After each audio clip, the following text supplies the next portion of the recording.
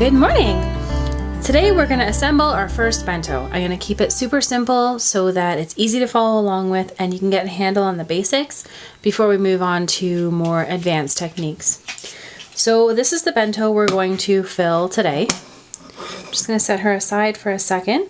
What we're going to need to do first is cutouts for the carrots. You never want to put anything really boring into your bento.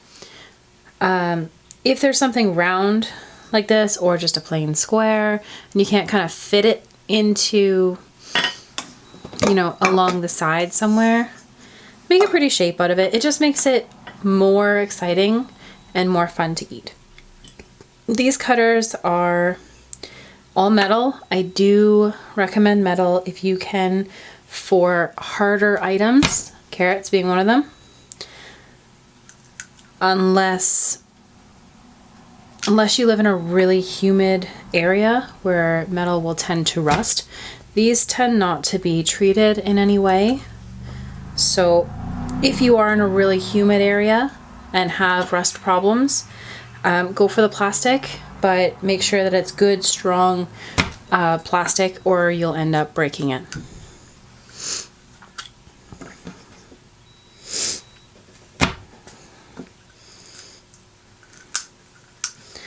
Alright, so that's our entire prep done.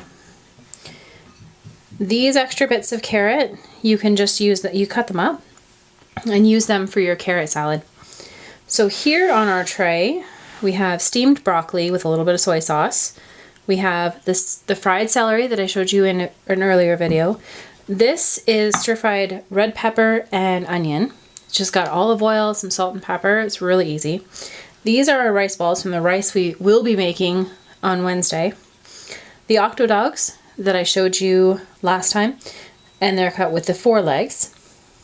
And then of course our carrots that we just cut. So start with the bottom. Rice, I don't know why it goes on the bottom. It just is. And when we make our rice balls, we want to make a little belt for them. And you put your rice balls in any way that makes sense to you. You might fit 3, you might fit 4. If you got a really big bento, you might fit more, but I'm just going to do 4 in this one because it fits comfortably. You don't want to stack it too high or when you put the lid on, it'll squish. And again, you'll hear all about it next time, but rice paste. Lots of ways to make rice paste. Nobody likes it. So I've also got a little silicone cup here for putting our items in. We're going to just tuck our octo dogs in here. This layer we can go a little bit higher with because we have the domed lid. In this cup, I'm just going to stick the peppers and onions. I'm putting the peppers and onions in there instead of, say, the celery. They seem to hold more moisture. So when you put them in the bento cup, they can, or when you put them in the bento, if they're not in a cup, they can get a little bit leaky. But if they're in the cup, it just leaks onto the same stuff. So it's just more yum. Right, so those guys are in there. Now tuck our octo dogs over. Let's see if we can't scoop it in there.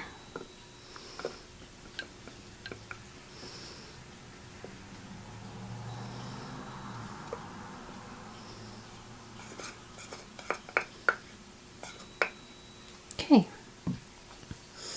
And last, now you always want to steam your broccoli before you stick it into your bento box.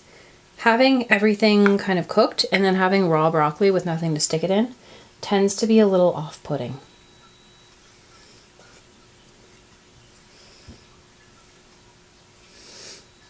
You want to just tuck it in so that there's no gaps.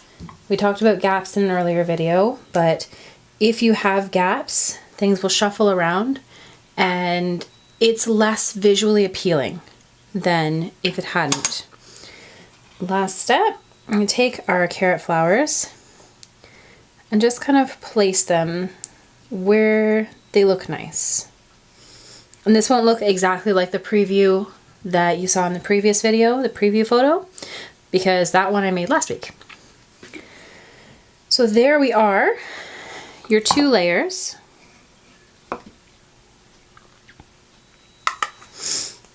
Let me stick her together, and we're off to lunch. Thanks so much for watching. Enjoy!